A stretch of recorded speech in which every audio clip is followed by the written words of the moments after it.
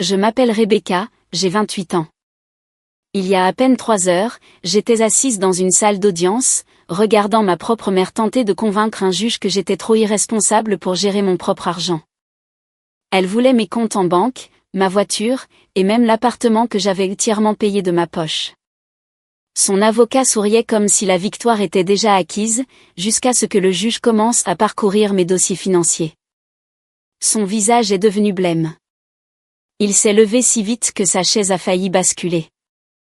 D'où nous regardez-vous aujourd'hui? Laissez votre localisation dans les commentaires ci-dessous, et cliquez sur le bouton « J'aime » et abonnez-vous si vous vous êtes déjà senti trahi par votre propre famille. Vous voudrez certainement rester pour découvrir ce qui s'est passé ensuite. Laissez-moi vous ramener là où tout ce gâchis a commencé. J'avais 7 ans quand ma mère a décidé que j'étais trop difficile à gérer. Rebecca va rester chez mamie et papy pendant un certain temps, a-t-elle annoncé un mardi matin, ma petite valise déjà prête près de la porte. Aucune explication, aucun délai, juste une brève étreinte qui sentait son parfum de luxe et la cigarette. Maman est montée dans sa décapotable rouge et est partie commencer sa nouvelle vie, celle où avoir un enfant n'entravait pas son style de vie. Le domaine de mes grands-parents s'étendait sur près de 5 hectares de terrain parfaitement entretenu dans le Connecticut. La maison elle-même était un témoignage de la richesse ancienne, sol en marbre, lustre en cristal et peinture à l'huile valant plus que la plupart des maisons. Mais malgré toute sa grandeur, elle est devenue mon sanctuaire. Grand-mère Éléanore dirigeait cette maison avec la précision d'une horloge suisse. Petit déjeuner à 7 heures pile, séance de tutorat après l'école, leçon de piano le jeudi. Elle avait des règles pour tout, comment mettre une table correctement, quelle fourchette utiliser pour la salade, comment une dame devait s'asseoir et parler. Ta posture, Rebecca, me rappelait-elle constamment. Ta colonne vertébrale doit être aussi droite que ton caractère. Grand-père Charles était le plus indulgent, bien que ce soit relatif dans une famille où montrer ses émotions était considéré comme un manque d'éducation. Il m'a appris les affaires autour des pancakes du dimanche matin, m'expliquant les intérêts composés et les portefeuilles d'investissement comme d'autres grands-pères auraient discuté des scores de baseball. L'argent, ce n'est pas seulement en avoir, disait-il en pointant ses graphiques. C'est le comprendre, le respecter, le faire travailler pour vous, et non l'inverse. Maman se présentait pour les anniversaires et à Noël, toujours avec des cadeaux coûteux et des histoires spectaculaires sur ses dernières aventures. Elle débarquait comme une tornade, pleine de promesses de temps de qualité et de complicité mère-fille. Mais d'une manière ou d'une autre, elle avait toujours un autre endroit où elle devait être, la fête d'un ami, une opportunité d'affaires, un homme qui pourrait être le bon cette fois. J'ai arrêté d'attendre qu'elle me ramène à la maison vers l'âge de 12 ans. À ce moment-là, j'avais compris que la maison était là où les gens voulaient vraiment de vous. Le pensionnat de luxe que maman a choisi pour moi quand j'ai eu 14 ans était censé être un privilège, une chance de nouer des liens avec les enfants d'autres familles riches. En réalité, c'était une autre façon de me tenir à distance tout en maintenant son image de mère dévouée.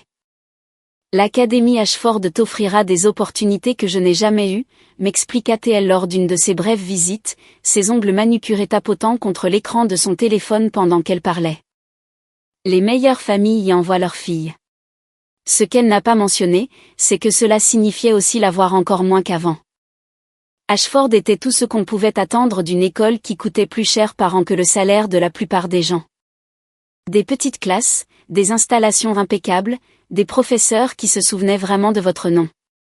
Mais elle était aussi remplie de filles qui avaient grandi avec la même distance émotionnelle que je connaissais si bien. Nous étions toutes le produit de familles qui avaient choisi le succès plutôt que l'attachement. J'excellais sur le plan académique car étudier était plus sûr que de se faire des amis qui finiraient de toute façon par partir.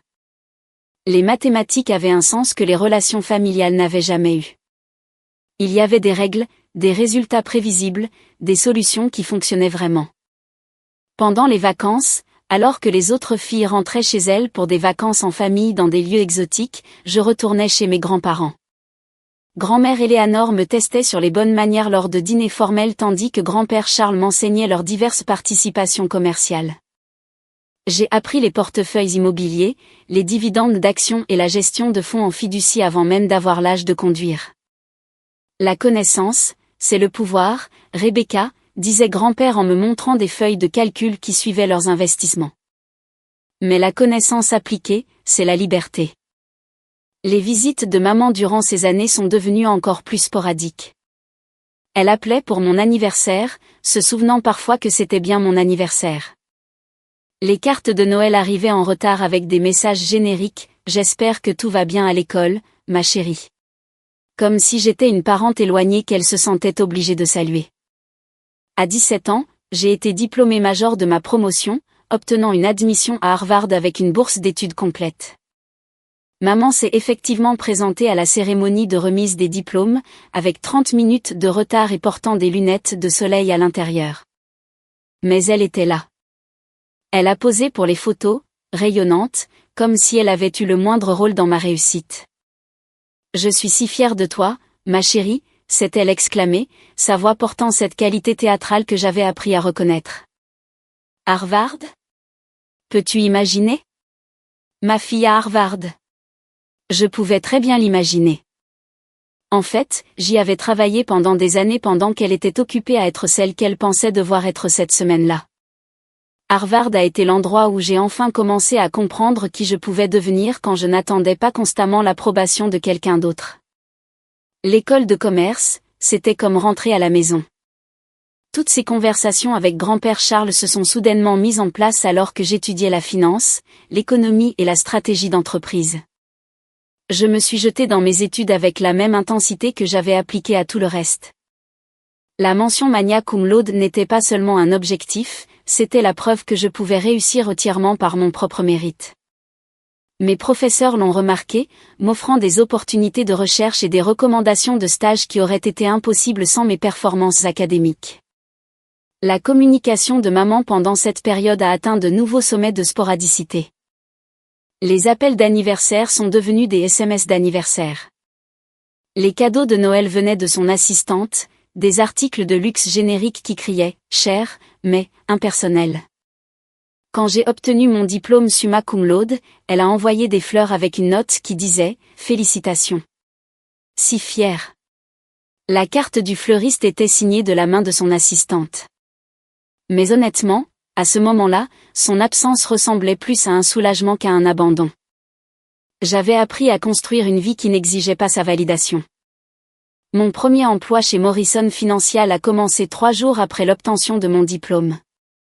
J'avais obtenu le poste grâce à une combinaison de mon dossier académique, d'excellentes évaluations de stage et de ce que mon patron a plus tard décrit comme « la préparation d'entretien la plus approfondie qu'il ait jamais vue ». Les leçons de commerce de grand-père Charles m'avaient appris à faire des recherches non seulement sur l'entreprise, mais aussi sur leurs transactions récentes, leurs concurrents et leurs défis stratégiques. En 6 mois, je gérais des portefeuilles pour des clients dont les dépenses mensuelles dépassaient le salaire annuel de la plupart des gens. Le travail m'est venu naturellement, reconnaissance de forme, évaluation des risques, planification stratégique, toutes ces compétences que mes grands-parents m'avaient enseignées depuis l'enfance, regroupées dans une profession extrêmement bien rémunérée. J'ai acheté mon premier appartement à 24 ans avec l'argent que j'avais économisé sur mon salaire et mes primes. Rien d'extravagant, mais entièrement à moi. Quand j'ai signé les papiers, j'ai ressenti quelque chose que je n'avais jamais connu auparavant, la pleine maîtrise de ma propre vie. Maman a appelé 3 semaines plus tard, ayant appris l'achat par le biais du réseau financier de notre famille. Ma chérie, c'est formidable. Ton propre appartement. Sa voix avait ce ton particulier qu'elle utilisait quand elle cherchait à obtenir des informations. Ça a dû être si cher, cependant. Comment as-tu réussi à payer la compte? Charles t'a aidé? La supposition que je n'aurais jamais pu accomplir cela par moi-même était si typique de sa part que j'ai failli en rire. Je l'ai économisé, maman. Ça s'appelle avoir un travail. Bien sûr, bien sûr. Je voulais juste dire, eh bien, tu es si jeune pour prendre de si grandes décisions financières. Peut-être que je devrais jeter un œil au papier, juste pour m'assurer que tout est en ordre. C'était là, le premier indice de l'intérêt qui finirait par détruire le peu de relations qu'il nous restait. Les funérailles de grand-mère Éléanore ont eu lieu un matin gris d'octobre qui semblait conçu pour le deuil. La chapelle gothique était bondée de l'élite sociale du Connecticut, qui la connaissait depuis des décennies. Ils ont parlé de son travail caritatif, de ses fêtes élégantes, de son dévouement à diverses institutions culturelles. Ce qu'ils ne pouvaient pas capturer dans leurs éloges polis, c'est comment elle m'avait, à elle seule, façonné en quelqu'un qui pouvait se tenir debout. Chaque leçon de savoir-vivre, chaque correction sévère sur la posture, chaque attente que je me conduise avec dignité, tout cela avait été une préparation pour un monde qui essaierait constamment de me diminuer. Grand-père Charles n'a pas tenu 6 mois sans elle. Les médecins ont parlé d'insuffisance cardiaque, mais je savais mieux. 47 ans de mariage ne se terminent pas simplement par une terminologie médicale. Certaines personnes meurent de chagrin, peu importe ce que dit le certificat de décès. La lecture de leur testament a eu lieu dans le même cabinet d'avocats où ils avaient mené leurs affaires pendant 3 décennies.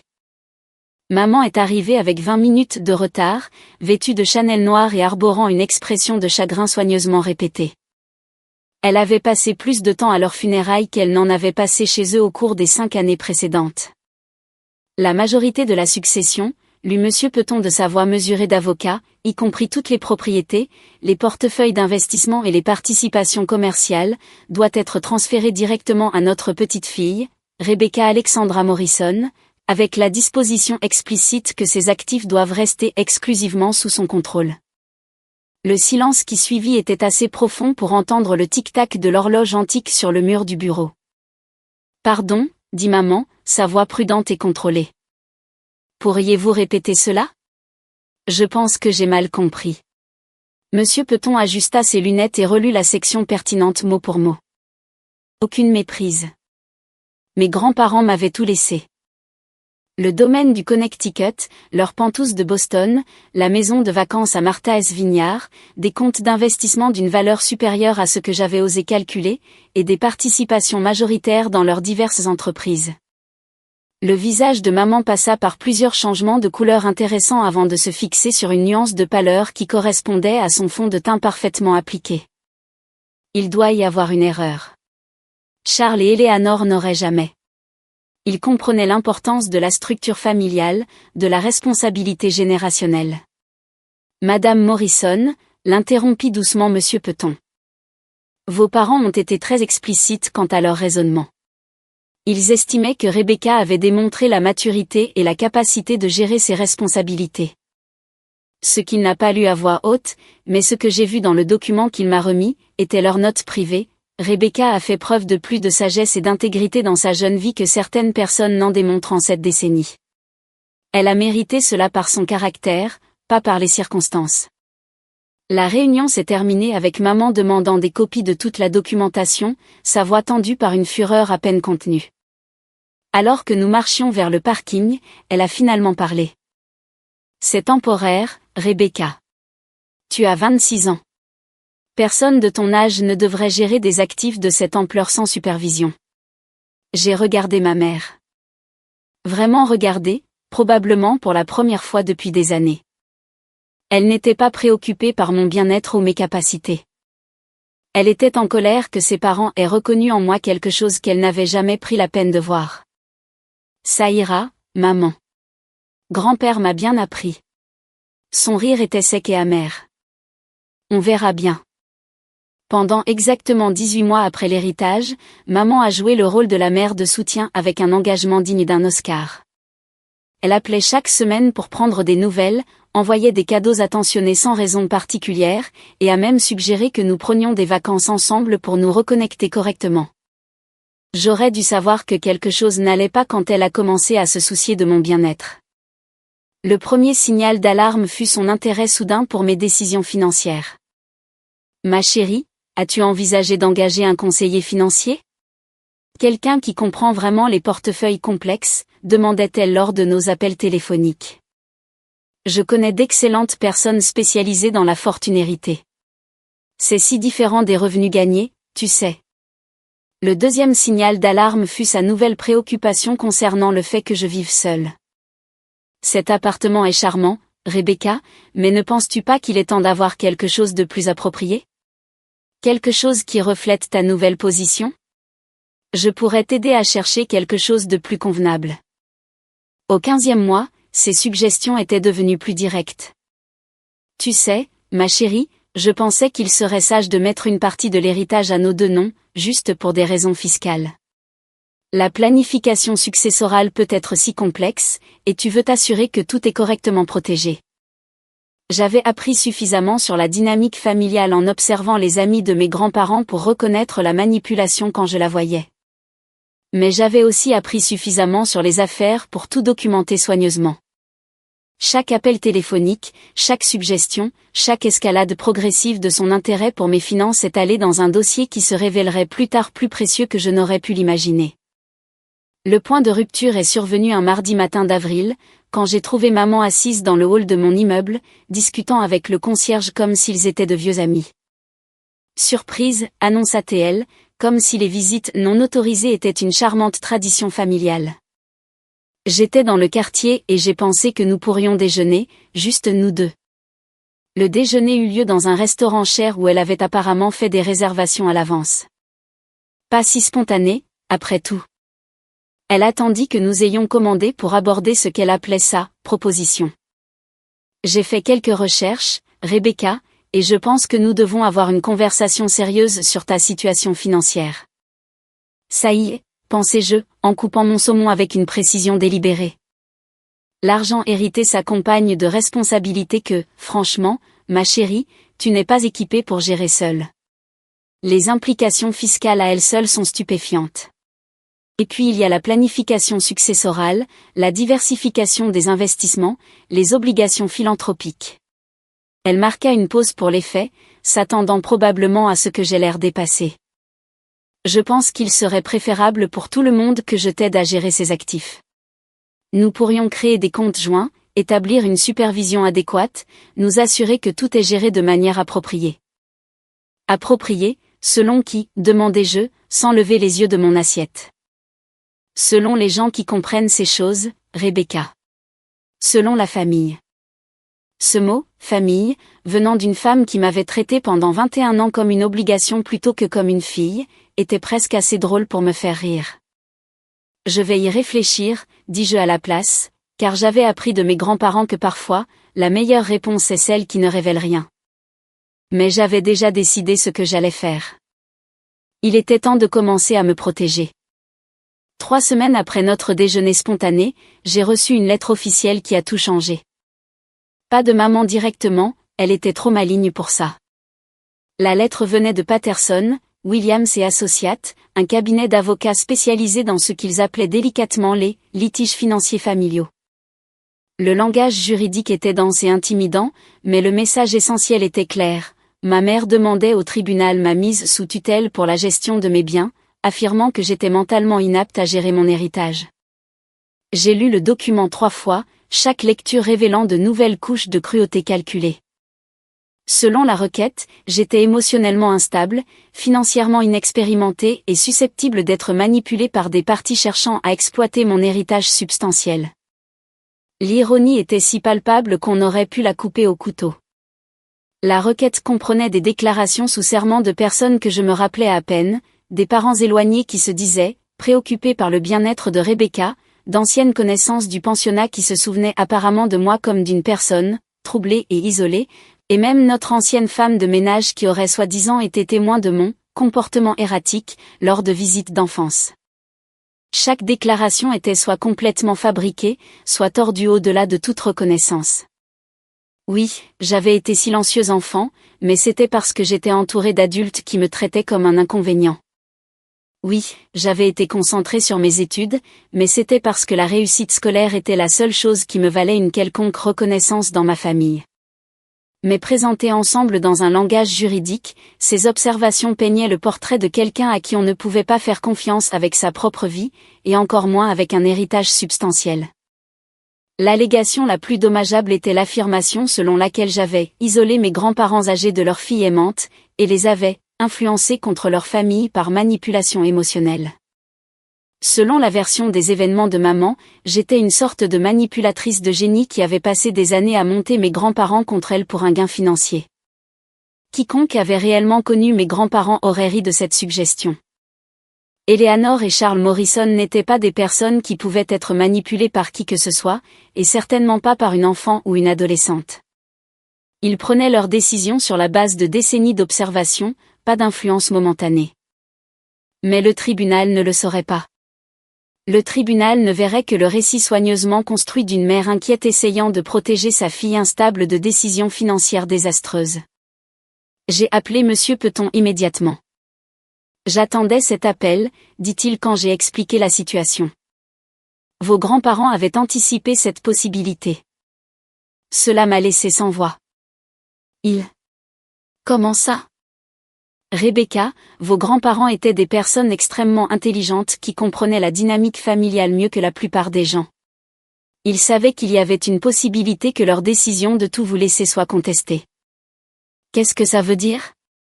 Ça veut dire qu'ils se sont préparés à ce scénario. Pouvez-vous venir à mon bureau cet après-midi?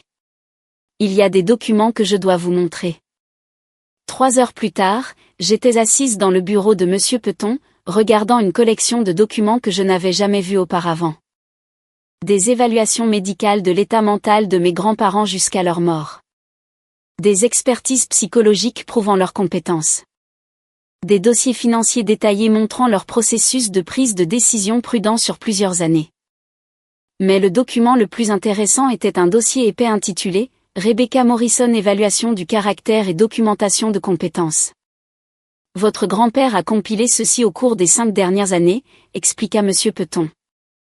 Dossiers académiques, évaluation d'emploi, dossiers de gestion financière, et même des témoignages de vos professeurs et superviseurs. C'est essentiellement un dossier complet prouvant votre compétence et votre intégrité.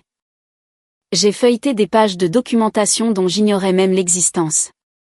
Mon relevé de notes de Harvard, mes évaluations de performance de Morrison Financial, des relevés bancaires montrant mes économies prudentes et mes habitudes de dépenses responsables, et même des lettres de personnes avec qui j'avais travaillé décrivant mon professionnalisme et mes capacités. Il savait que cela pourrait arriver, dis-je, la compréhension m'envahissant. Charles Morrison était un homme d'affaires qui planifiait pour chaque éventualité. Il vous aimait, Rebecca, mais il croyait aussi en vous. Cette documentation prouve que sa décision n'était pas basée sur le favoritisme ou la manipulation. Elle était basée sur des preuves.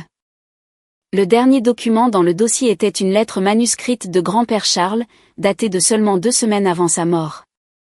Si tu lis ceci, cela signifie que quelqu'un essaie de t'enlever ce que tu as gagné par ton caractère et tes capacités. Ne les laisse pas faire. Tu es exactement la personne que nous avons élevée. Forte, intelligente et capable de te défendre. Utilise ces outils et souviens-toi que la meilleure défense, c'est souvent l'attaque. J'ai levé les yeux vers Monsieur Peton, sentant quelque chose changer en moi. Plus de peur, mais de la détermination. Quand est-ce qu'on riposte? La stratégie de Monsieur Peton était méthodique et absolument impitoyable. Au cours des 6 semaines suivantes, nous nous sommes préparés à la guerre avec le genre de minutie qui aurait rendu grand-père Charles fier. Chaque document était organisé, chaque déclaration de témoin vérifiée, chaque pièce à conviction cataloguée avec une précision militaire. L'équipe juridique de votre mère s'attend à ce que vous pliez sous la pression, expliqua-t-il lors d'une de nos séances de stratégie tard dans la nuit. Son bureau d'angle donnait sur le port, et je pouvais voir les lumières des navires aller et venir pendant que nous travaillions. Il compte sur le fait que vous serez dépassé par le processus, intimidé par les accusations, prête à accepter un règlement juste pour que tout s'arrête. J'ai bu mon café et examiné la dernière série de témoins de moralité que nous avions compilés, d'anciens professeurs, des collègues de Morrison Financial, même le gérant de mon immeuble, tous prêts à témoigner que j'étais exactement le contraire de tout ce que la requête de maman affirmait. Ce qu'ils ne réalisent pas, dis-je, en surlignant une autre section pertinente de mes évaluations d'emploi, c'est qu'on n'est pas élevé par Eleanor et Charles Morrison sans apprendre à se battre correctement. La phase de communication des pièces a révélé exactement ce que je soupçonnais, et quelques éléments qui m'ont véritablement choqué. L'équipe juridique de maman avait soumis des dossiers financiers demandant l'accès à mes comptes, mais ils avaient commis une erreur cruciale en essayant de prouver que j'étais incompétente. Ils avaient aussi dû fournir des preuves de leur propre implication dans mes affaires financières. C'est là que nous avons trouvé les premières irrégularités. Rebecca, regardez ça, dit Monsieur Peton, étalant des relevés bancaires sur sa table de conférence. Ce sont des copies de transactions que l'équipe de votre mère a soumises comme preuve de vos habitudes de dépenses imprudentes. Mais regardez ces dates. Je me suis penché, étudiant les entrées surlignées, des transferts, des ouvertures de comptes, même des demandes de crédit, toutes portant des dates de l'époque où j'étais à l'université et en master. Toutes soi-disant autorisées par moi, toutes gérées par des comptes que je n'avais jamais ouverts. Elle utilise mon nom et mon numéro de sécurité sociale depuis des années, dis-je, les pièces du puzzle s'assemblant avec une clarté écœurante. Regardez cette demande de carte de crédit datant de mes 22 ans. J'étais à Boston tout ce semestre-là. Ceci a été déposé depuis le Connecticut. Monsieur Peton hocha la tête d'un air sombre. Votre mère commet une usurpation d'identité et une fraude financière depuis au moins 6 ans que nous pouvons documenter, peut-être plus longtemps. Mais pourquoi soumettre cela comme preuve contre moi? Est-ce que ça ne prouve pas que c'est elle qui n'est pas digne de confiance? C'est exactement ce que je me demande, dit-il en ajustant ses lunettes. Soit son équipe juridique n'a pas examiné ces documents assez attentivement, soit il suppose que le tribunal ne remarquera pas les divergences. Les deux possibilités suggèrent qu'ils deviennent trop confiants. Que pensez-vous qu'il va se passer ensuite? Laissez vos prédictions dans les commentaires ci-dessous. Nous avons passé la semaine suivante à documenter chaque transaction frauduleuse, chaque signature falsifiée, chaque compte ouvert à mon insu ou sans mon consentement. Le schéma était clair et accablant. Maman avait systématiquement utilisé mon identité pour accéder au crédit, ouvrir des comptes et prendre des décisions financières en mon nom, tout en construisant un dossier affirmant que j'étais trop incompétente pour gérer mes propres affaires. La belle ironie, observa Monsieur Peton, c'est qu'en soumettant ces dossiers comme preuve de votre incompétence, elle nous a en fait fourni la preuve documentée de son propre comportement criminel. Mais la découverte qui a vraiment tout changé est venue d'une source inattendue. En examinant la liste des témoins de moralité que l'équipe de maman prévoyait d'appeler, j'ai remarqué un nom que je reconnaissais, Patricia Henley, la femme qui avait été l'assistante personnelle de grand-mère Eleanor pendant près de 15 ans. Je dois appeler Patricia, dis-je à Monsieur Peton. Si elle témoigne pour maman, quelque chose ne va vraiment pas, Patricia connaissait mes grands-parents mieux que presque n'importe qui. La conversation avec Patricia a révélé la véritable ampleur de ce à quoi nous étions confrontés. « Oh, Rebecca, dit-elle, sa voix lourde de soulagement quand j'ai appelé. Que leur avez-vous dit exactement? Je leur ai parlé des précautions que vos grands-parents ont prises dans leurs dernières années. Comment ils avaient des évaluations médicales régulières spécifiquement pour documenter leurs compétences mentales. Comment ils ont consulté plusieurs avocats sur leur planification successorale. Comment ils ont passé des mois à rechercher les exigences légales pour s'assurer que leur testament ne pourrait pas être contesté. Patricia marqua une pause, puis continua avec une réticence évidente. Je leur ai aussi parlé de l'enquêteur privé. Cela m'a laissé sans voix. Quel enquêteur privé? Votre grand-père a engagé quelqu'un pour enquêter sur les activités financières de votre mère environ 2 ans avant de mourir. Il soupçonnait depuis un certain temps qu'elle accédait à des comptes en utilisant votre nom, mais il avait besoin de preuves. Quand l'enquêteur l'a confirmé, c'est là que Charles a vraiment commencé à se préparer à ce scénario exact. Avez-vous encore les coordonnées de cet enquêteur? Mieux que ça. J'ai des copies de son rapport complet. Votre grand-père m'a demandé de les garder au cas où elles seraient un jour nécessaires. Je pense que le moment est venu. 3 jours plus tard, j'étais assise dans le bureau de Monsieur Peton, examinant la documentation la plus complète sur la fraude financière que j'ai jamais vue. L'enquêteur privé avait retracé les activités de maman sur près de 8 ans, documentant non seulement l'usurpation d'identité, mais un schéma de manipulation financière qui comprenait des procurations falsifiées, un accès non autorisé à des comptes, et ce qui semblait être un vol systématique de clients âgés pour qui elle avait travaillé à divers postes d'assistante. Cela change tout, dit Monsieur Peton, sa voix portant une note de satisfaction qui suggérait qu'il planifiait déjà notre stratégie au tribunal. Nous ne nous défendons plus seulement contre une demande de mise sous tutelle. Nous sommes en mesure de porter des accusations criminelles. Mais est-ce que ça ne rendra pas cela personnel? Le transformer en une vendetta familiale au lieu d'une procédure légale? Monsieur Peton sourit. Et pour la première fois depuis que tout ce cauchemar avait commencé, j'ai senti que nous pourrions réellement gagner. Rebecca, cela a toujours été personnel. Votre mère l'a rendu personnel quand elle a décidé d'essayer de voler votre héritage par le biais du système judiciaire. La seule différence maintenant, c'est que nous avons les munitions pour lui faire regretter cette décision. Le juge Harrison Mitchell avait la réputation de diriger sa salle d'audience comme une opération militaire, ponctuelle, professionnelle et complètement intolérant aux manœuvres juridiques. À 68 ans, il avait vu tous les types de litiges familiaux imaginables, et son visage buriné suggérait qu'il avait développé peu de patience pour le drame fabriqué, ce qui rendait le choix de maman de porter son costume de mère endeuillée et inquiète avec un maquillage discret qui mettait en valeur ses rides de soucis particulièrement mal calculés. Votre honneur, commença son avocat, sa voix suintant une sympathie feinte. Nous sommes ici aujourd'hui parce qu'une mère aimante s'inquiète de la capacité de sa fille à gérer un héritage substantiel de manière responsable. Madame Morrison a observé des schémas de comportement qui suggèrent que Rebecca n'est peut-être pas équipée pour gérer ses responsabilités financières sans une supervision adéquate. J'ai observé attentivement l'expression du juge Mitchell alors que Patterson, l'avocat principal de maman, se lançait dans sa déclaration liminaire. Le visage du juge restait complètement neutre, mais ses yeux étaient vifs et attentifs.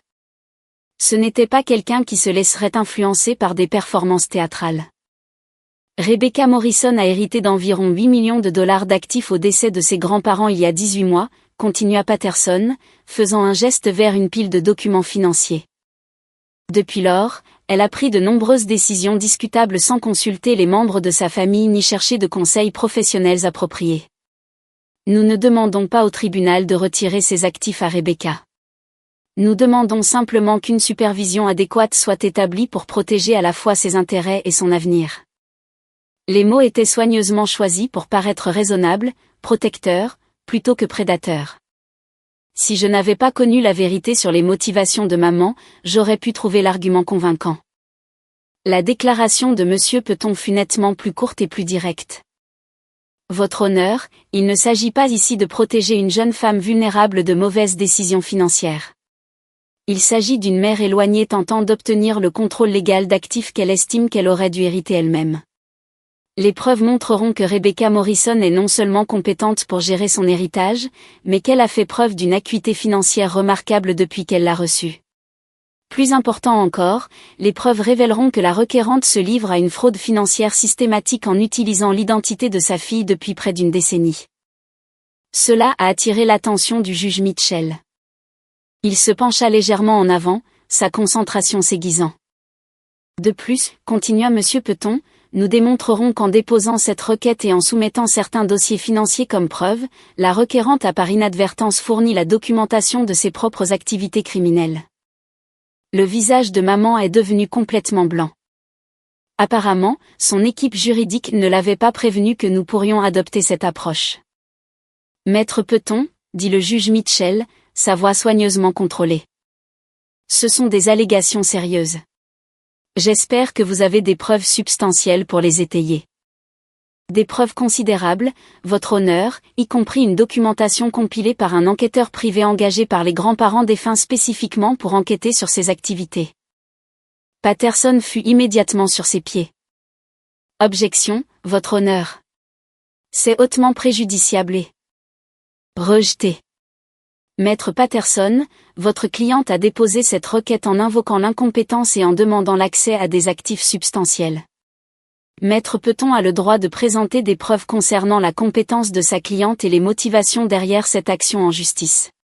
Continuez, Maître Peton. Le premier jour de témoignage s'est déroulé exactement comme nous l'avions prévu. Patterson a appelé ses témoins de moralité, des gens qui prétendaient se souvenir de moi comme d'une personne renfermée et difficile à approcher pendant mon adolescence. Leur témoignage était faible et manifestement préparé, consistant principalement en des observations vagues sur ma personnalité plutôt qu'en preuves concrètes d'incompétence. Plus dommageables étaient les experts financiers que Patterson avait engagés pour analyser mes habitudes de dépenses depuis l'héritage. Ils ont dépeint le tableau de quelqu'un faisant des achats impulsifs et des investissements risqués sans recherche ou consultation appropriée. Mademoiselle Morrison a acheté un véhicule de 70 000 $ dans les 6 mois suivant l'héritage, a témoigné le Dr Richard Hoffman, un professeur d'économie que Patterson avait recruté comme témoin expert. Elle a également fait plusieurs dons caritatifs importants et investi des sommes significatives dans ce qui semble être des actions technologiques spéculatives. Ces schémas suggèrent une personne qui manque de la maturité émotionnelle pour gérer une richesse substantielle de manière responsable. Cela semblait convaincant, jusqu'à ce que Monsieur Peton commence son contre-interrogatoire. Dr Hoffman, avez-vous fait des recherches sur le véhicule spécifique que Mademoiselle Morrison a acheté? Eh bien, le montant semblait excessif pour quelqu'un de son âge. Le véhicule était une Tesla Model S d'occasion certifiée avec des notes de sécurité exceptionnelles et une dépréciation minimale. Acheté après 3 mois de recherche et de comparaison. Suggérez-vous que l'achat d'un véhicule fiable et respectueux de l'environnement est une preuve d'incompétence? Pas spécifiquement, mais le montant. Avez-vous examiné les organisations caritatives que Mademoiselle Morrison a choisi de soutenir? Le docteur Hoffman a remué ses papiers, mal à l'aise. Le montant semblait important par rapport à son âge et son expérience. Des organisations qui fournissent des bourses d'études pour les étudiants défavorisés et soutiennent les établissements de soins pour personnes âgées. Les mêmes types de causes que ses grands-parents avaient soutenues pendant des décennies. Le fait de poursuivre les traditions philanthropiques de sa famille indique-t-il une incompétence, Dr Hoffman? J'ai simplement voulu dire que quelqu'un de son âge pourrait ne pas comprendre pleinement. Au moment où Monsieur Peton a fini de démanteler le témoignage du Dr Hoffman, il était clair que chaque décision financière que j'avais prise avait été soigneusement étudiée et stratégiquement saine. Ce que Patterson avait essayé de présenter comme une preuve de mauvais jugement démontrait en fait exactement le contraire. Mais le véritable tournant est survenu lorsque Patterson a appelé son dernier témoin, maman elle-même. Elle a pris la barre vêtue d'un tailleur bleu marine qui projetait l'autorité maternelle. Ses cheveux blonds coiffés en un carré conservateur qui lui donnait l'air de la voisine de confiance. Sa voix était stable et inquiète alors qu'elle décrivait son inquiétude croissante quant à ma capacité à gérer l'héritage de manière responsable. J'ai essayé de lui offrir des conseils, dit-elle en s'épongeant les yeux avec un mouchoir. Mais Rebecca est devenue de plus en plus isolée, sur la défensive à toute suggestion qu'elle pourrait bénéficier d'aide ou de conseils. Il ne s'agit pas d'argent, votre honneur. Il s'agit de s'assurer que ma fille ne prendra pas de décision qu'elle regrettera pour le reste de sa vie. C'était une performance magistrale, et je pouvais voir au moins une personne dans le public hocher la tête avec sympathie. Si je n'avais pas connu la vérité, j'aurais pu être ému moi-même. Puis Monsieur Peton s'est levé pour le contre-interrogatoire, et tout a changé. Madame Morrison, commença Monsieur Peton, sa voix agréable et conversationnelle. Vous avez témoigné que vous êtes préoccupée par les décisions financières de votre fille. Quand cette préoccupation a-t-elle commencé? Elle a grandi progressivement, répondit maman, maintenant son attitude maternelle est composée. Probablement à partir du moment où elle a hérité de ses grands-parents. Je vois. Et avant cet héritage, à quelle fréquence étiez-vous en contact avec Rebecca? Une légère pause. Nous nous parlions régulièrement. Régulièrement comment? Chaque semaine? Chaque mois? Cela variait en fonction de nos emplois du temps. Monsieur Peton s'approcha de la barre des témoins, tenant un dossier épais. Madame Morrison, j'ai les relevés téléphoniques du fournisseur de téléphonie mobile de Rebecca couvrant les 5 années précédant le décès de ses grands-parents. Selon ces relevés, vous avez appelé votre fille exactement 17 fois pendant toute cette période de 5 ans. La conversation la plus longue a duré 4 minutes et 32 secondes. Cela vous semble-t-il un contact régulier? Le sang-froid de maman vacilla un instant. Les relevés téléphoniques ne montrent pas l'image complète d'une relation familiale. C'est difficile à quantifier exactement. Diriez-vous que c'était plus de 5 fois? Plus de 3 fois? Même 2 fois? Le silence s'étira, inconfortablement long. Madame Morrison, veuillez répondre à la question. Notre famille n'exprime pas son affection par des visites et des appels constants, dit maman, sa voix prenant une tournure défensive.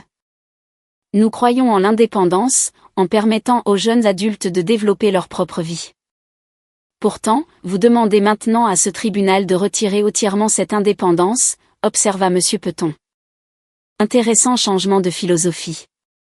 Passons à vos préoccupations financières concernant la gestion de l'héritage de Rebecca. Vous avez témoigné qu'elle prend de mauvaises décisions sans consulter les membres de sa famille. Quand exactement vous a-t-elle consulté sur des questions financières avant l'héritage? Nous avons discuté de ses choix d'université, de son parcours professionnel. Je demande spécifiquement une consultation financière. Rebecca vous a-t-elle déjà demandé de l'argent? A-t-elle déjà sollicité votre avis sur des investissements ou des achats importants? Non, mais... En fait, n'est-il pas vrai que Rebecca est financièrement indépendante depuis l'obtention de son diplôme universitaire et ne vous a jamais demandé aucune forme de soutien financier? Ce n'est pas la question. Quelle est la question, Madame Morrison? Pourquoi une femme qui est complètement autonome depuis 6 ans aurait-elle soudainement besoin de votre supervision financière? Le visage de maman commençait à rougir, le maquillage soigné ne dissimulant pas tout à fait son agitation croissante. 8 millions de dollars, c'est une somme d'argent considérable. N'importe qui bénéficierait de conseils appropriés. Parlons de conseils appropriés, dit Monsieur Peton, son ton s'aiguisant légèrement. Connaissez-vous un compte à la First National Bank ouvert au nom de Rebecca en mars 2019? La couleur quitta le visage de maman si rapidement que je crus qu'elle allait s'évanouir.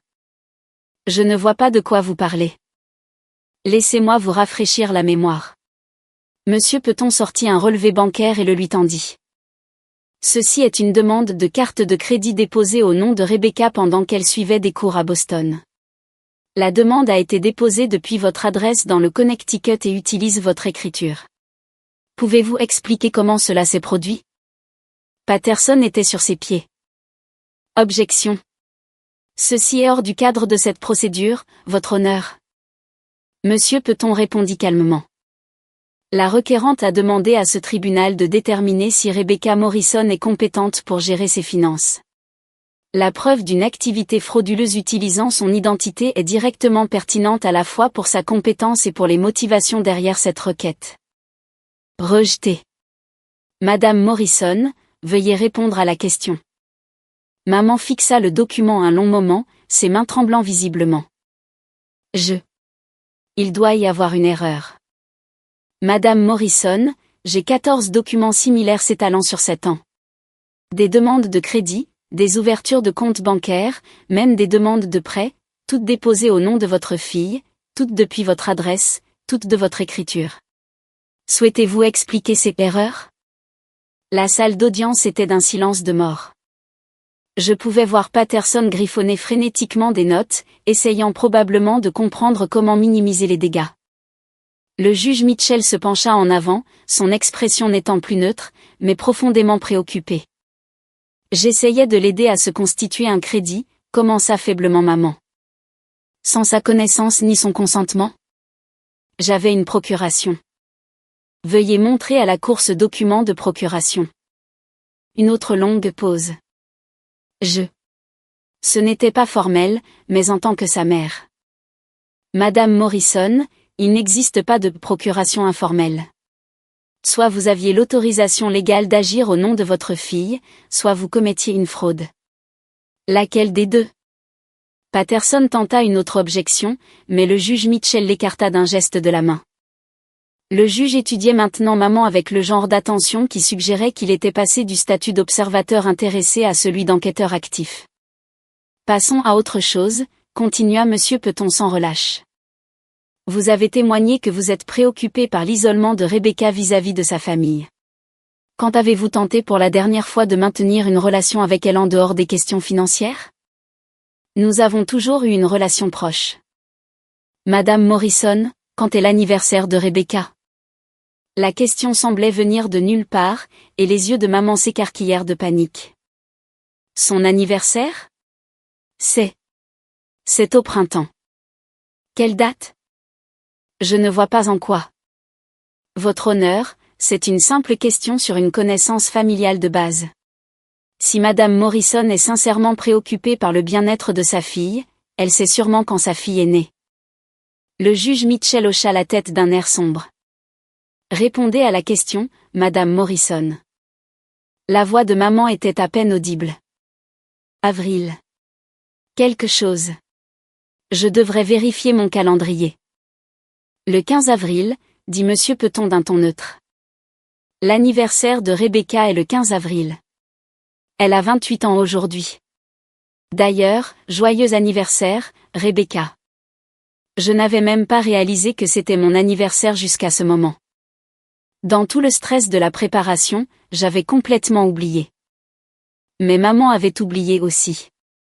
Et tout le monde dans cette salle d'audience pouvait le voir. Madame Morrison, continua Monsieur Peton, sa voix portant maintenant une pointe de dégoût. Vous ne connaissez pas l'anniversaire de votre fille. Vous avez eu un contact minimal avec elle pendant des années. Vous n'avez jamais fourni de soutien financier ou de conseils.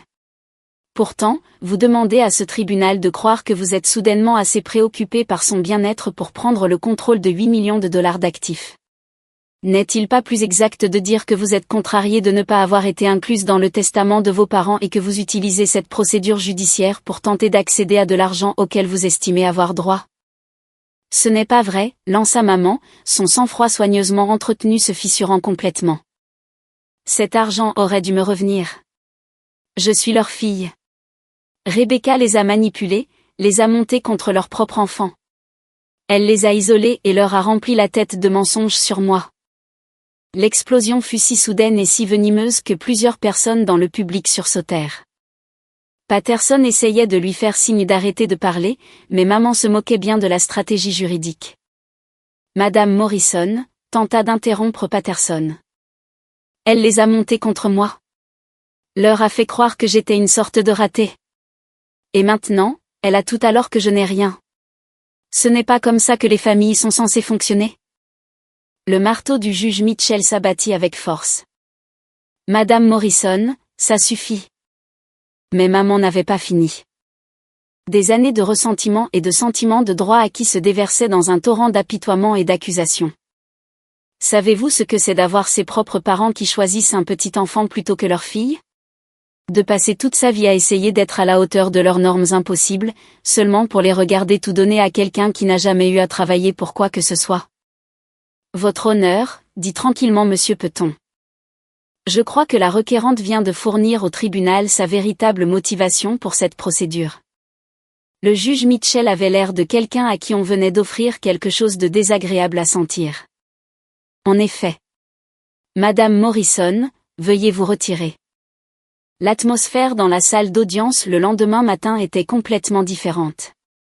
La nouvelle de l'effondrement de maman la veille s'était répandue, et le public était bondé de journalistes, d'observateurs juridiques et de ce qui semblait être plusieurs personnes du milieu financier qui avaient connu mes grands-parents. Le juge Mitchell est entré avec une expression qui suggérait qu'il avait passé la soirée à examiner la jurisprudence et n'était pas satisfait de ce qu'il avait trouvé. Avant de continuer, annonça-t-il, je souhaite aborder les allégations qui ont émergé lors du témoignage d'hier. Maître Peton, vous avez allégué une usurpation d'identité et une fraude systématique. Ce sont des affaires criminelles graves qui pourraient nécessiter un renvoi aux autorités compétentes. Je veux comprendre toute la portée de ce à quoi nous sommes confrontés. Monsieur Peton se leva, portant plusieurs dossiers épais. Votre honneur, avec la permission du tribunal, j'aimerais appeler Patricia Henley comme témoin. Madame Henley a été l'assistante personnelle des grands-parents de Rebecca pendant 15 ans et dispose d'informations directement pertinentes à la fois pour la compétence de Rebecca et pour les circonstances entourant cette requête. Patricia a pris la barre vêtue d'un simple tailleur gris, ses cheveux argentés tirés en un chignon soigné. À 63 ans, elle avait l'allure de quelqu'un qui avait passé des décennies à gérer des affaires complexes pour des employeurs exigeants. Son témoignage fut méthodique et dévastateur. Monsieur et Madame Morrison ont commencé à prendre des précautions juridiques spécifiques environ 3 ans avant leur décès, expliqua-t-elle de sa voix précise et professionnelle. Ils faisaient régulièrement des évaluations de compétences par plusieurs médecins. Ils ont consulté plusieurs avocats en planification successorale, et dans leur dernière année, ils ont engagé un enquêteur privé pour documenter certaines irrégularités financières qu'ils avaient découvertes. Quel genre d'irrégularité, demanda Monsieur Peton. Des comptes de crédit non autorisés ouverts au nom de Rebecca. Des demandes de prêts déposées à son insu. Plusieurs cas où Madame Morrison, la requérante, avait tenté d'accéder à des comptes en utilisant le numéro de sécurité sociale et les informations personnelles de Rebecca. Patterson s'est opposé avec véhémence, mais le juge Mitchell a permis au témoignage de continuer.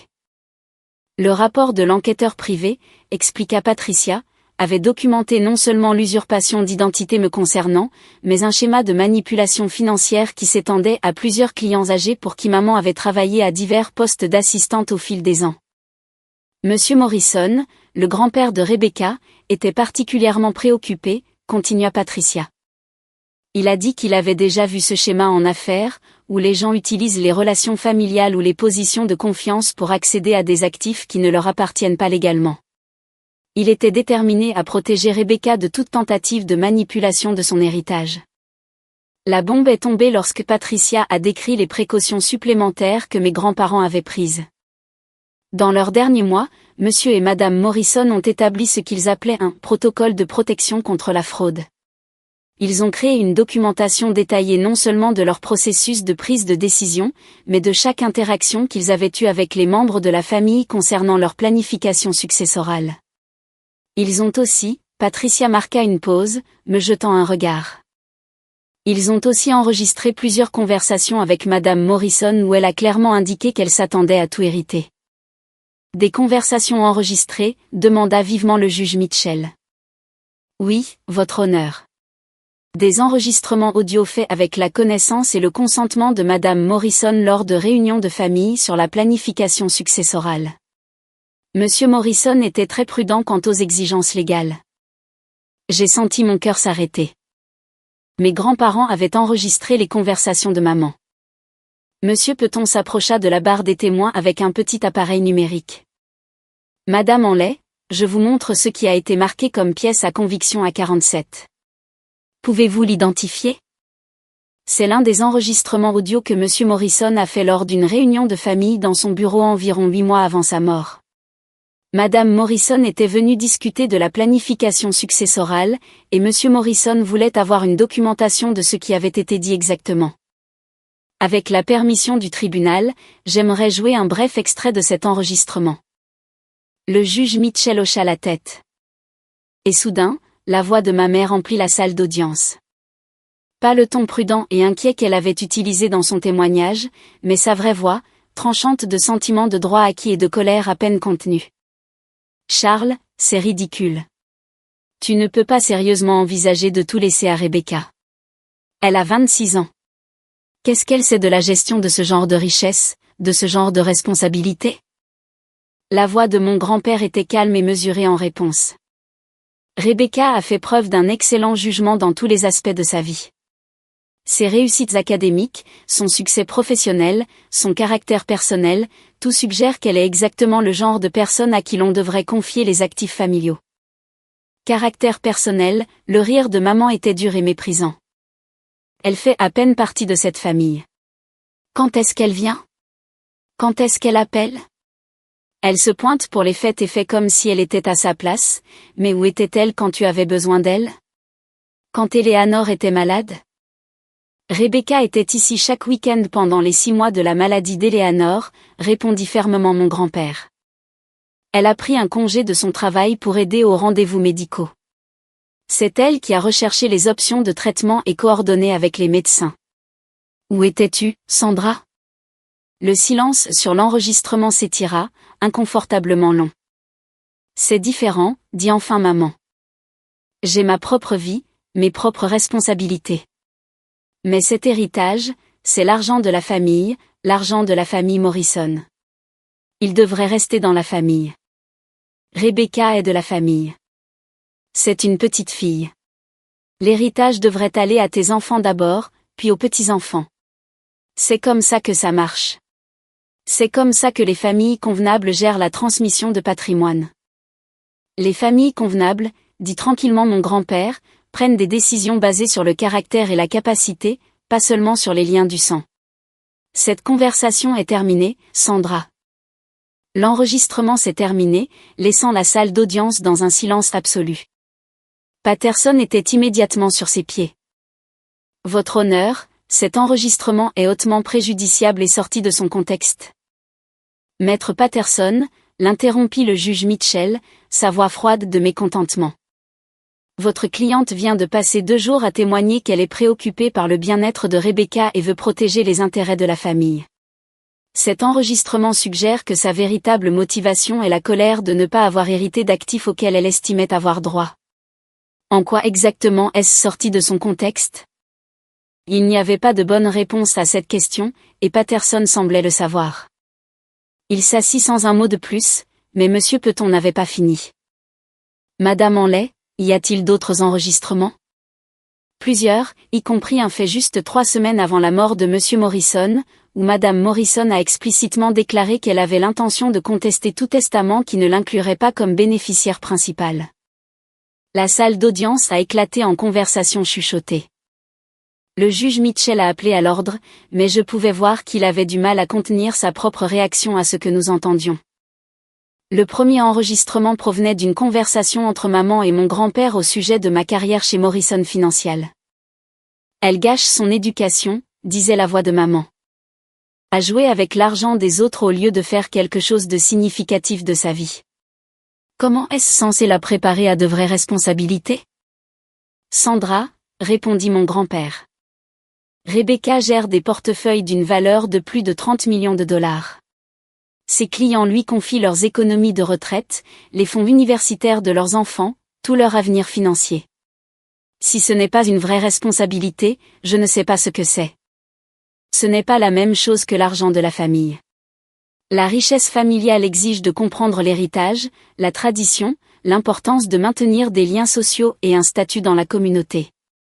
Rebecca traite l'argent comme si ce n'était que des chiffres sur une feuille de calcul. Rebecca traite l'argent avec le respect et l'analyse minutieuse qu'il mérite. Elle comprend que la richesse est un outil à utiliser sagement, pas un symbole à afficher négligemment. Le deuxième enregistrement était encore plus accablant. Charles, tu te fais manipuler, disait la voix de maman, tendue de frustration. Rebecca joue le rôle de la petite fille parfaite pour s'assurer son héritage. Ne vois-tu pas ce qu'elle fait? Elle t'a isolé de ta vraie famille, s'est rendue indispensable, et maintenant elle est en position de tout hériter. C'est un cas d'école de manipulation de personnes âgées. La réponse de mon grand-père fut rapide et ferme. Sandra, Rebecca ne nous a isolés de personne. C'est le seul membre de la famille qui a maintenu une véritable relation avec nous. Elle nous rendait visite régulièrement avant qu'Eleanor ne tombe malade, pas seulement lors des urgences familiales. Elle appelait pour partager de bonnes nouvelles, pas seulement quand elle avait besoin de quelque chose. Elle nous traitait comme des personnes avec qui elle aimait passer du temps, pas comme des distributeurs automatiques avec des histoires intéressantes. C'est exactement de ça que je parle. Elle vous a préparé à ça? Non, Sandra. Elle nous a aimés. Il y a une différence. Quand l'enregistrement s'est terminé, maman fixait le sol, son visage complètement vidé de sa couleur. Chaque mot qu'elle avait prononcé dans son témoignage sur son inquiétude pour mon bien-être, sur les liens familiaux et la protection de mes intérêts, tout cela avait été exposé comme une tromperie calculée. Le juge Mitchell se renversa dans son fauteuil, étudiant maman avec une expression de dégoût complet. Maître Patterson, dit-il finalement. Votre cliente souhaite-t-elle retirer cette requête? Patterson chuchota de manière urgente avec maman pendant plusieurs minutes avant de répondre. Non, votre honneur. Nous maintenons que, indépendamment des motivations de Madame Morrison, Rebecca nécessite toujours une supervision adéquate pour des actifs aussi substantiels. C'était une tentative désespérée de sauver quelque chose de l'épave, mais l'expression du juge Mitchell suggérait qu'il était bien trop tard pour cette stratégie. Très bien, dit-il. Maître Peton, avez-vous des preuves supplémentaires concernant la compétence de Rebecca? Juste un témoin de plus, votre honneur. J'aimerais appeler Rebecca Morrison elle-même. Prendre la barre des témoins était surréaliste, comme entrer sous un projecteur que je n'avais jamais voulu, pour défendre des capacités que je n'aurais jamais pensé devoir prouver.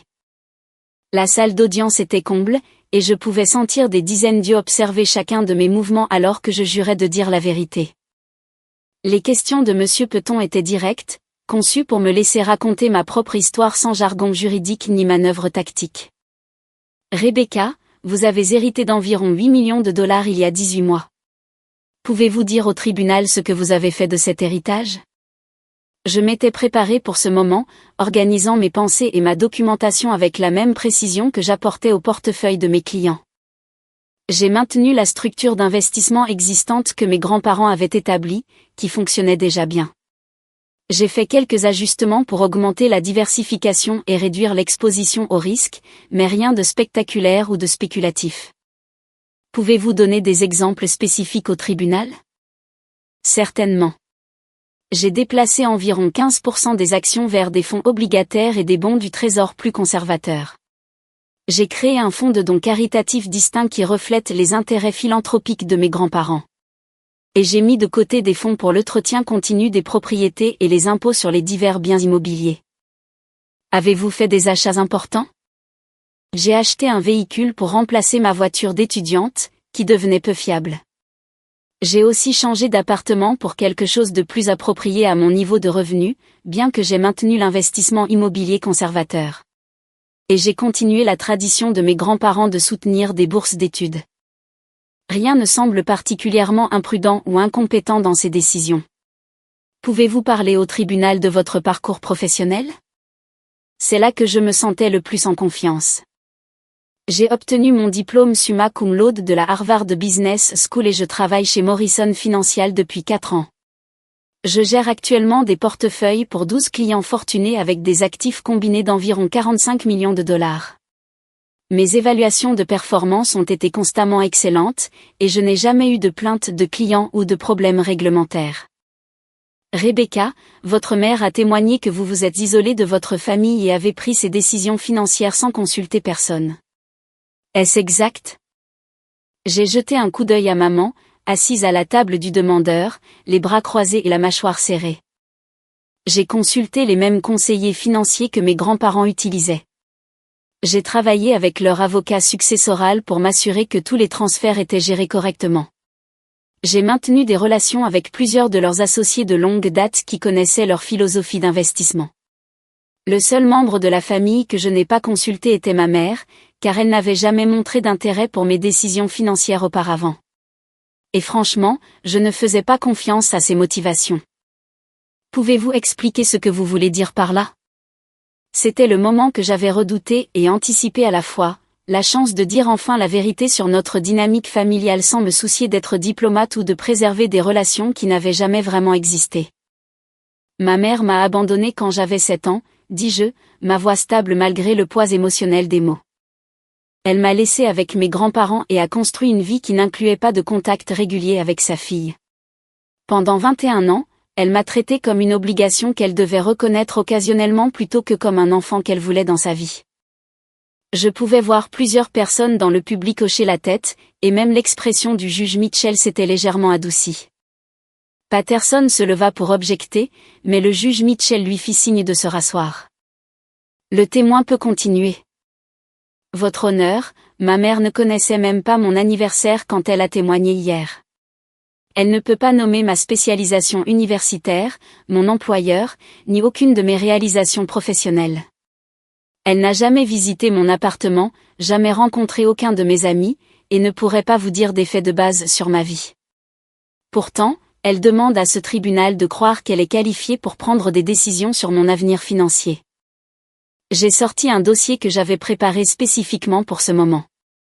J'ai apporté de la documentation pour prouver ma compétence, mais honnêtement, je pense que la charge de la preuve devrait être inversée. Quiconque cherche à retirer les droits légaux d'un autre adulte devrait avoir à prouver que des circonstances extraordinaires justifient cette action. Ma mère n'a même pas prouvé qu'elle me connaît assez bien pour porter ses jugements. Monsieur Peton hocha la tête avec approbation.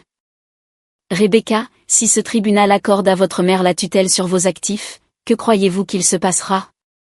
Je crois qu'elle videra systématiquement les comptes pour son propre bénéfice, tout comme elle le fait avec mon identité depuis des années par le biais de demandes de crédit frauduleuses et d'accès non autorisé à des comptes. La différence est que cette fois, ce serait légal, car le tribunal lui aura donné la permission de contrôler mes finances. Une dernière question. Voulez-vous une relation avec votre mère? La question m'a prise au dépourvu, et j'ai senti les larmes monter malgré ma détermination à rester calme. J'ai marqué une pause, regardant directement maman pour la première fois depuis que j'avais pris la barre. Si ma mère voulait faire partie de ma vie, elle aurait pu m'appeler pour mon anniversaire. Elle aurait pu visiter mon appartement. Elle aurait pu me poser des questions sur ma carrière, mes centres d'intérêt, ou quoi que ce soit sur qui je suis en tant que personne. Au lieu de cela, elle a engagé des avocats pour essayer de prendre mon héritage. Cela me dit tout ce que j'ai besoin de savoir sur ses priorités. Quand j'ai fini de témoigner, la salle d'audience était complètement silencieuse. Patterson a choisi de ne pas me contre-interroger, reconnaissant probablement que toute question ne ferait que renforcer l'image que j'avais peinte de notre dysfonctionnement familial. Le juge Mitchell a ordonné une brève suspension. Et alors que je retournais à la table de la défense, j'ai ressenti quelque chose que je n'avais jamais connu auparavant, la certitude d'avoir dit ma vérité, complètement et honnêtement, sans essayer de protéger les sentiments de qui que ce soit d'autre ou de préserver des illusions sur la loyauté familiale.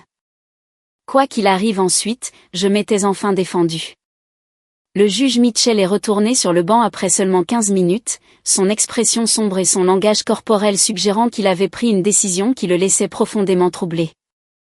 J'ai présidé des procédures du tribunal de la famille pendant 23 ans, commença-t-il, sa voix portant le poids d'une véritable autorité morale. J'ai vu tous les types de litiges familiaux imaginables. Des batailles pour la garde, des querelles d'héritage, des audiences de compétences impliquant des personnes réellement diminuées qui avaient besoin de protection. Ce cas est différent de tout ce que j'ai rencontré. Il a regardé directement maman, qui était assise droite comme un i, ses mains serrées sur ses genoux. Madame Morrison, vous avez présenté à ce tribunal une requête affirmant que votre fille est incompétente pour gérer son héritage. Les preuves présentées lors de cette audience prouvent exactement le contraire. Rebecca Morrison est non seulement compétente pour gérer ses actifs, mais a fait preuve d'un jugement exceptionnel, d'une expertise professionnelle et d'une réflexion approfondie dans chaque décision financière qu'elle a prise. Le juge Mitchell marqua une pause, consultant ses notes avant de continuer. Plus troublant, cependant, est la preuve que votre requête n'était pas motivée par une préoccupation pour le bien-être de votre fille, mais par votre propre colère d'avoir été exclue du testament de vos parents. Le tribunal a entendu des enregistrements audio de conversations où vous avez explicitement déclaré votre conviction que vous auriez dû hériter de ces actifs et votre intention de contester tout testament qui ne vous bénéficierait pas directement. Patterson a commencé à se lever, mais le juge Mitchell a levé une main pour l'arrêter. Je n'ai pas fini. Le tribunal a également entendu de nombreux témoignages sur des activités financières frauduleuses menées au nom de votre fille sur une période de plusieurs années. Des comptes de crédit ouverts à son insu. Des demandes de prêts déposées en utilisant ses informations personnelles. Une usurpation d'identité systématique qui a continué même alors que vous vous prépariez à déposer cette requête de compétence. Le visage de maman était devenu complètement blanc et je pouvais voir ses mains trembler. Madame Morrison, en soumettant des dossiers financiers comme preuve dans cette procédure, vous avez par inadvertance fourni la documentation de vos propres activités criminelles. Le tribunal prend donc plusieurs mesures aujourd'hui. La voix du juge Mitchell devint plus forte, plus décisive. Premièrement, la requête de mise sous tutelle est rejetée dans son intégralité. Rebecca Morrison a la pleine capacité juridique de gérer ses actifs et ce tribunal ne trouve aucune preuve, quelle qu'elle soit, pour justifier le retrait de cette capacité. J'ai ressenti une vague de soulagement si intense que j'ai failli me mettre à pleurer là, à la table de la défense. Deuxièmement, tous les dossiers financiers et la documentation soumis au cours de cette procédure seront transmis au bureau du procureur général de l'État pour enquête sur d'éventuelles accusations de fraude criminelle. Les preuves suggèrent un schéma d'usurpation d'identité et de manipulation financière qui s'étend au-delà de ce litige familial. Maman a émis un son comme un petit animal en détresse, et Patterson griffonnait frénétiquement des notes. Troisièmement, étant donné la nature futile de cette requête et les motivations apparentes de mauvaise foi qui la sous-tendent, Madame Morrison sera responsable de tous les frais de justice et des honoraires d'avocat raisonnables encourus par la défenderesse. Mais le juge Mitchell n'avait pas fini. Enfin, je veux aborder quelque chose qui me trouble profondément dans toute cette procédure. Madame Morrison, vous avez abandonné votre fille quand elle avait 7 ans. Vous avez maintenu un contact minimal avec elle tout au long de son enfance et de son adolescence. Vous n'avez jamais fourni de soutien financier, de conseils ou d'implication parentale significative dans sa vie. Sa voix devint plus dure, plus condamnatoire. Pourtant, quand elle a hérité d'actifs des grands-parents qui l'ont réellement élevée, vous avez soudainement développé une préoccupation intense pour son bien-être. Ce tribunal trouve ce comportement non seulement hypocrite, mais moralement répréhensible. Vous n'avez pas le droit de contrôler ou de bénéficier d'actifs que vous n'avez en rien aidé à créer, gérer ou préserver. Maman pleurait maintenant, mais ce n'était pas des larmes de remords. C'étaient des larmes de rage et de frustration que son plan ait échoué de manière si spectaculaire. Le juge Mitchell se leva, et toute la salle d'audience se leva avec lui. Mademoiselle Morrison, dit-il en s'adressant directement à moi. Vous avez fait preuve d'une grâce et d'une dignité remarquables tout au long de cette épreuve. Vos grands-parents ont sagement choisi leur héritière. Ce tribunal vous souhaite du succès dans la gestion de votre héritage et dans la construction de la vie que vous méritez. Alors que le juge quittait le banc, la salle d'audience a éclaté en conversation. Les journalistes tapaient déjà furieusement sur leur téléphone, et plusieurs personnes du milieu financier se sont approchées pour me serrer la main et exprimer leur soutien. Mais je n'ai à peine remarqué quoi que ce soit. Je regardais ma mère alors que Patterson l'aidait à rassembler ses papiers avec des mains tremblantes. Elle semblait plus petite, en quelque sorte, diminuée par la révélation de ses véritables motivations et l'échec complet de sa stratégie juridique. Une partie de moi avait pitié d'elle. Une partie de moi voulait aller vers elle et essayer de sauver quelque chose de l'épave de notre relation. Mais la plus grande partie de moi, celle qui avait été façonnée par des années de déception et de rejet, ne ressentait qu'un soulagement que ce soit enfin terminé.